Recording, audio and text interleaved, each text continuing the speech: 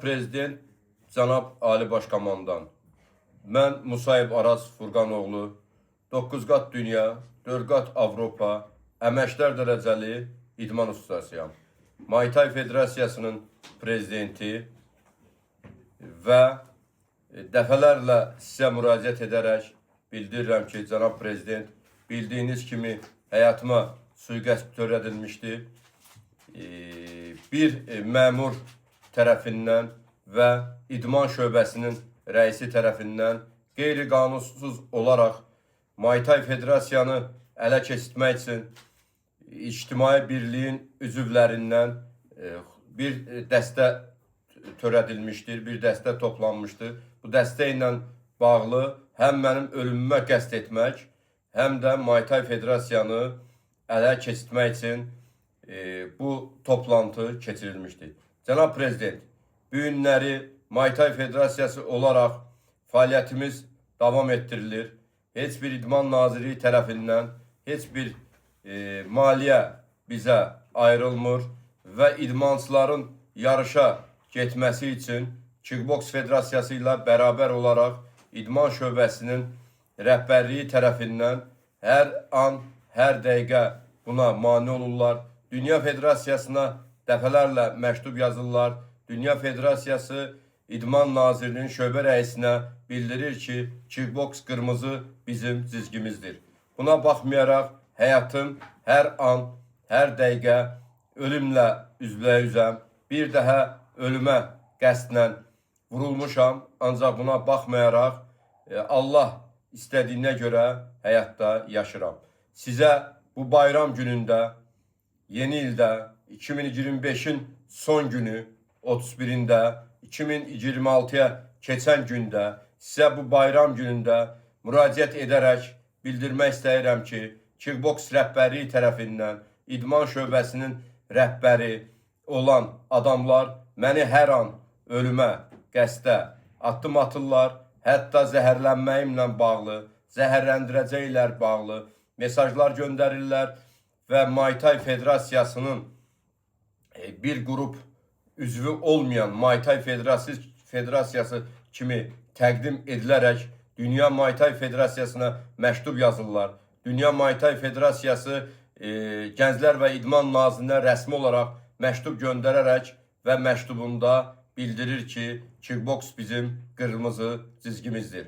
Ancaq buna baxmayaraq Kickboks Federasiyasının rəhbəri çox böyük, geniş, gücə malik olduğuna görə hər kəs ondan qorxaraq sizdən aldığım medalları, sizdən aldığım ev mükafatı, verdiyim titulları, verdiyim nəticələri qeyri-qanunsuz saymaqla insanlar içində məni hörmətsiz vəziyyətə gətirirlər.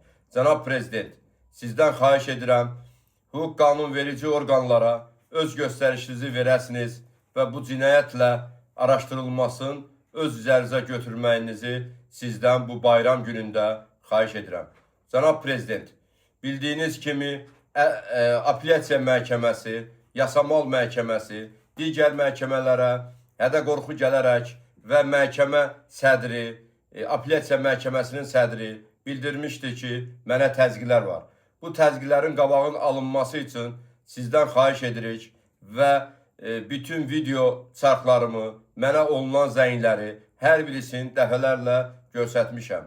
Hətta hər bir yerə pul buraxaraq, pulla, adamlarla hər günüm təhlükə altındadır, cənab prezident. Mən özüm Masallı rayonunun Nürən kəndində anadan olmuşam. Ancaq buna baxmayaraq, hər zaman bildirdiyim kimi dövlətimə, dövlətçiliyimə sadiq olan, sizə sadiq olan bir şəxs olmuşam. Ona baxmayaraq, hər an, hər dəqiqə həyatım ölüm altındadır. Sizdən xahiş edirəm, bu mənə qarşı olan qəsdin, mənə qarşı olan terrorun, ölümə qəsd olan cinayətin üstüsünün açılmağı üçün öz göstərişinizi verərsiniz.